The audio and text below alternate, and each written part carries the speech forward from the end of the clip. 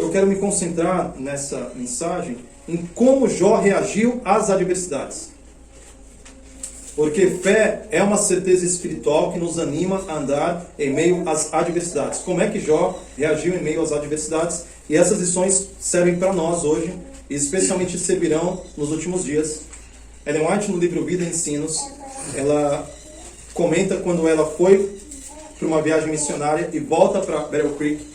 Quando ela volta para Battle Creek, ela se espantou de que havia muita animosidade contra ela e o esposo. Estavam tratando eles mal. E ela se surpreendeu, porque quando ela estava, antes da viagem, o relacionamento entre os irmãos estava ok. Mas quando ela volta, havia muita... tipo assim, estavam falando mal deles. E Deus deu duas visões para ela. Em uma das visões, ela enxerga uma videira amparada por árvores. Um vento forte bate contra as árvores se movem, a videira cai no chão, e quando a videira cai no chão, ela sente uma angústia, e ela olha e pensando, alguém deveria levantar essa videira. Um anjo chega e explica o que significa aquela videira. Aquela videira caída no chão, o anjo diz, Ellen White, se prepare, porque chegará o dia que todo apoio humano será retirado. Todo apoio humano será retirado. Nós estamos caminhando para um momento onde você vai olhar para o lado e não vai ter ninguém para te levantar. Você vai olhar, às vezes até dentro da tua casa, e os piores inimigos serão da sua própria casa. Você vai procurar o apoio de um irmão e ele vai faltar. Todo apoio humano será retirado. E nós precisamos exercer a confiança de Jó, de confiar e depender única e exclusivamente de Deus. Porque Jó chegou num ponto onde não havia nada nem ninguém. Os seus amigos o ridicularizavam, a sua esposa pediu para ele amaldiçoar ao próprio Deus, os seus filhos morreram, suas riquezas acabaram, não havia mais nada. Absolutamente nada. Mas a pergunta é, como Jó reagiu a tudo isso? Primeiro texto, a gente vai agora dar uma rodada no livro de Jó, capítulo 1, verso 20, diz assim, após perder tudo, capítulo 1, verso 20. Então Jó se levantou, rasgou o seu manto, rapou a cabeça, lançou-se em terra e adorou. E disse, não saí do ventre de minha mãe e não voltarei. O Senhor deu, o Senhor tomou. Bendito seja o nome do Senhor. Em tudo isso Jó não pecou, nem atribuiu a Deus falta alguma. Capítulo 2. Satanás foi mais cruel ainda. E após ter tumores malignos e todo tipo de enfermidade, chagas, no verso 10, ele responde à esposa, falas como qualquer doida. Temos recebido o bem de Deus, e não receberíamos também o mal? Em tudo isso Jó não pecou com seus lábios. No capítulo 6,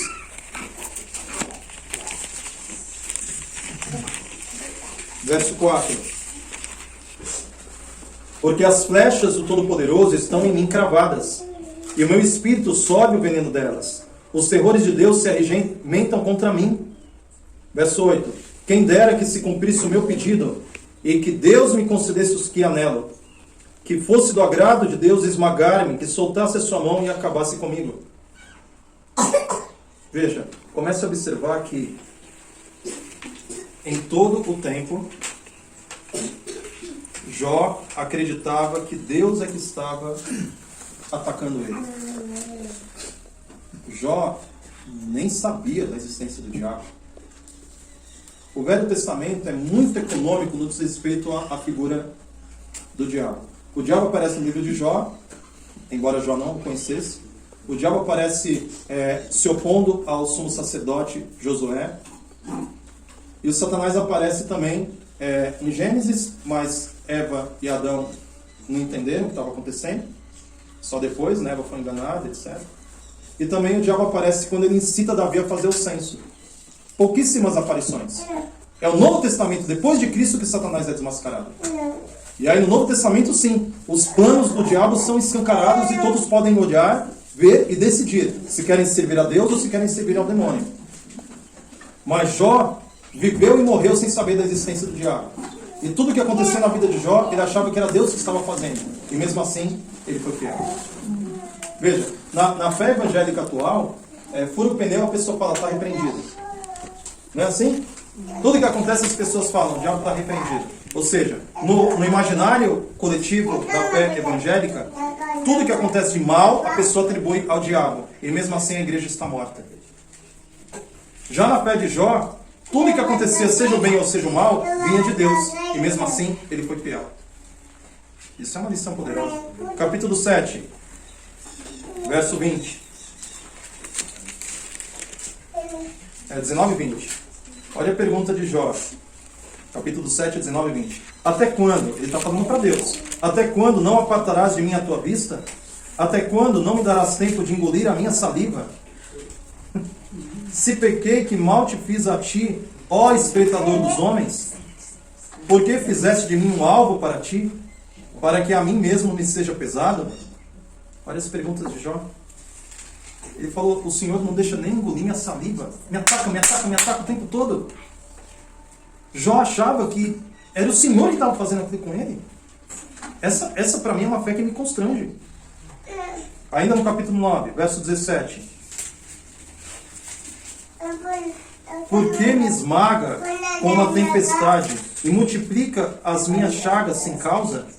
Não me permite respirar, antes me farta de amarguras. Verso 20. Ainda que eu seja justo, a minha boca me condenará. Embora seja eu íntegro, ele me terá por culpado. Verso 24. Olha a pergunta desse homem. A terra está entregue nas mãos dos perversos, e Deus ainda cobre o rosto dos juízes dela. Se não é ele o causador disso tudo, quem é logo? Veja, Jó estava dizendo, se não é Deus que está fazendo isso comigo, que ser sobrenatural é esse que é capaz de fazer tanta coisa? Ele não sabia que era o diabo que estava azucrinando a vida dele. Ele achava que Deus era o seu inimigo. Mas mesmo achando que Deus era o seu inimigo, ele foi fiel. E se Jó foi fiel com essa ignorância a respeito da pessoa de Deus, se Jó foi fiel achando que Deus é que estava fazendo aquilo com ele, quanto mais a gente não deve ser fiel.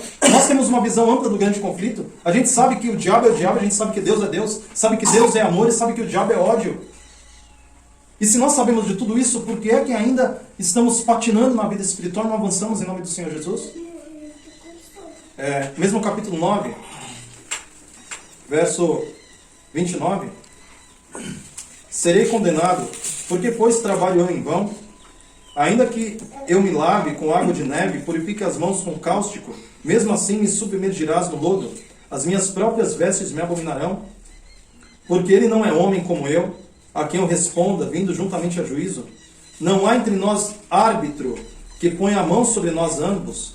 Tire ele a sua vara de cima de mim, e não me amedronte o seu terror. Capítulo 10, verso 1.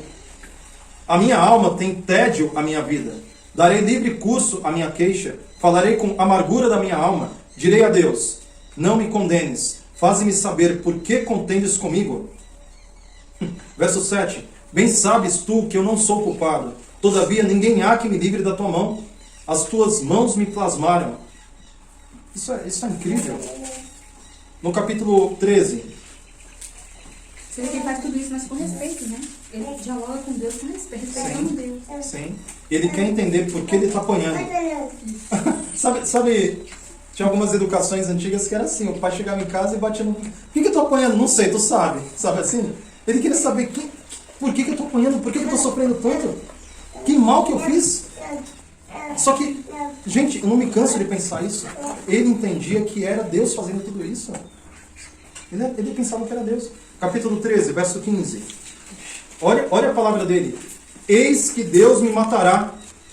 Já não tenho esperança. Contudo, defenderei o meu procedimento. eu realmente fico maravilhado com isso. É essa fé que a gente precisa ter. Verso 20 e 24. Porque escondes o rosto e me tens por inimigo. Então, quando a gente fala inimigo, qual que é a palavra que vem à mente? Quem é a pessoa que é inimigo na Bíblia? Satanás. Só que Jó, na sua angústia e na sua ignorância, ele diz, o Senhor tem me tratado como um inimigo. Olha, não é à toa que esse é o primeiro livro escrito na Bíblia. Moisés escreveu Jó antes de Gênesis. É o primeiro livro escrito da Bíblia, ou seja, é o livro mais antigo e é o livro completamente atual. Porque a fé descrita por Moisés, a fé de Jó descrita por Moisés, é a fé necessária para os últimos dias. Amém. É a fé de alguém abandonado. É a fé de alguém divorciado, é a fé de alguém viúvo, é a fé de alguém desamparado, alguém rejeitado pelos homens. É a fé de alguém acamado num leito. É a fé de alguém que está lutando contra um câncer. É a fé de alguém que não vê mais esperança. É uma fé para os nossos dias. Financeiramente, né? Exatamente. É a fé de alguém que perdeu o emprego, a fé de alguém que está atribulado, a fé de alguém que não está vendo esperança, não está vendo luz no fim do túnel. É uma fé para hoje. Capítulo 16, verso 7.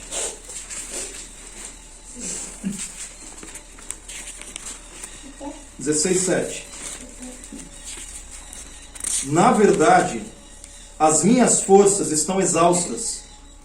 Tu, ó Deus, destruíste a minha família toda. Uau! Verso 9. Na sua ira me despedaçou e tem animosidade contra mim. Contra mim rangeu os dentes e como meu inimigo aguça os olhos. Que fé é essa, gente? Verso 11. Deus me entrega ao ímpio e nas mãos dos perversos me faz cair. Em paz eu vivia, porém ele me quebrantou, pegou-me pelo pescoço e me despedaçou. Olha só a imagem. Capítulo 17, verso 6. Mas a mim me pôs para o provérbio dos povos, tomei-me como aquele em cujo rosto se cospe. Capítulo 19, verso 6. Olha isso. Sabei agora que Deus é quem me oprimiu e com sua rede me cercou. Eis que clamo, violência, mas não sou ouvido. Grito, socorro, porém não há justiça. O meu caminho ele fechou e não posso passar. Nas minhas veredas pôs trevas. Verso 11. Inflamou contra mim a sua ira e me tem na conta de seu adversário. Verso 21. Compadecei-vos de mim, amigos meus. Compadecei-vos de mim, porque a mão de Deus me atingiu. Lembra da visão? Todo apoio humano lhe será retirado. Jó está clamando os amigos dele. Parem de me infernizar os ouvidos. Já não basta chagas, já não basta as feridas, já não basta meus 10 filhos mortos, já não basta a falta de alimentação da minha esposa, já não basta a perda de todas as minhas riquezas, e ainda assim vocês estão me acusando. Parem, tenham compaixão, foi Deus que me atingiu. Gente, eu fico assim. Essa fé que eu preciso, essa fé que nós precisamos. Capítulo 23, verso 16. Deus é quem me fez desmaiar o coração, e o Todo-Poderoso quem me perturbou. Isso é incrível. Capítulo 29.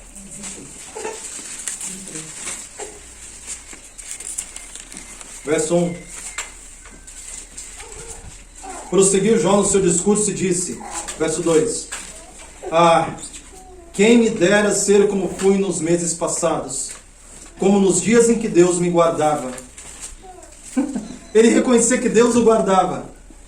Mas olha o verso 5. Quando o Todo-Poderoso ainda estava comigo, e os meus filhos em redor de mim.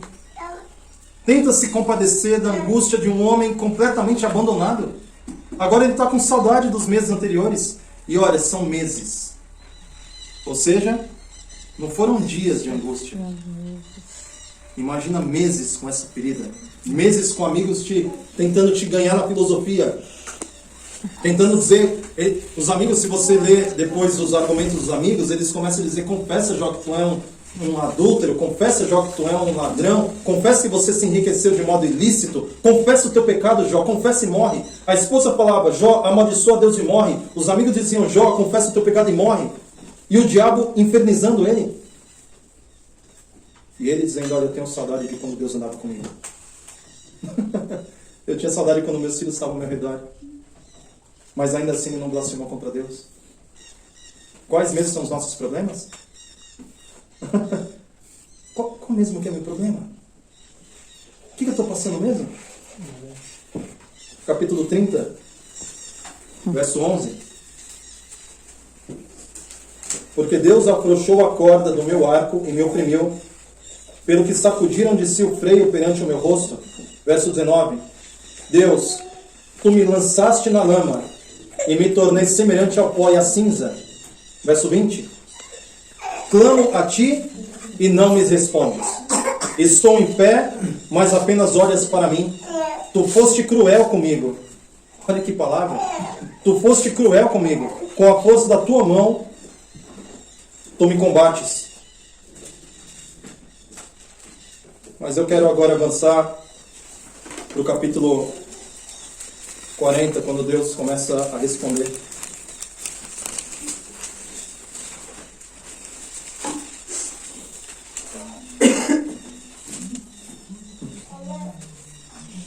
No capítulo 40, aqui no verso 6 em diante, o Senhor começa a responder a Jó. Então, no verso 6, Deus diz: Então o Senhor, no meio de um redemoinho, respondeu a Jó: Cinge agora os lombos como homem. Eu te perguntarei e tu me responderás. Ó, meu amado, não é à toa que não existe nenhum livro sobre a face da terra tão profundo quanto as Escrituras e os livros inspirados. A Bíblia e o Espírito de Profecia são simplesmente imbatíveis. Veja, 40 capítulos, Jó fazendo perguntas a Deus. E aí, na hora de responder, ao invés de Deus responder, Deus pergunta para ele. Deus não deu uma resposta para Jó. Se você ler o capítulo 40 em diante, Deus não responde nada. Deus só pergunta.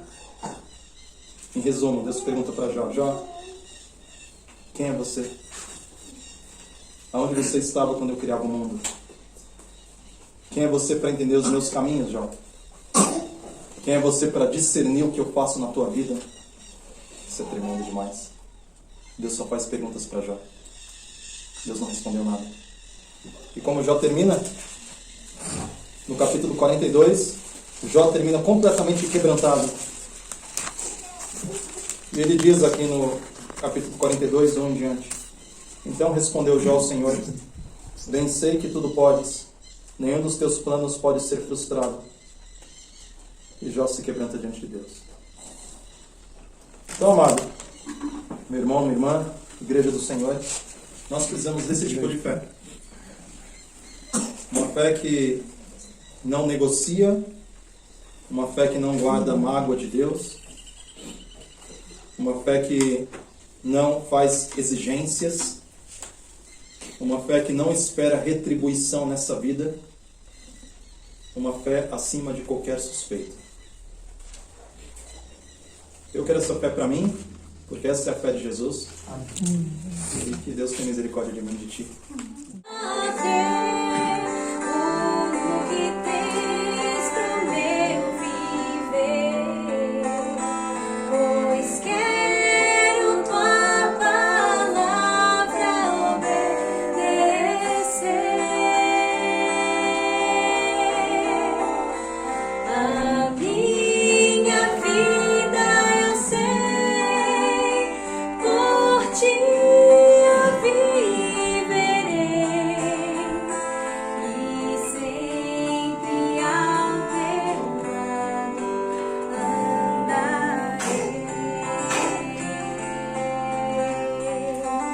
Aqui, ó, uma igrejinha bem no meio. Olha só, vou fazer um 360 aqui só para vocês verem, ó. Igrejinha bem no meio assim, ó. Olha só. Olha isso. Tipo assim, no meio do nada, entre aspas. Olha lá a igrejinha. É ali que a gente vai estar hoje, ó. Os irmãos chegando. É uma bênção.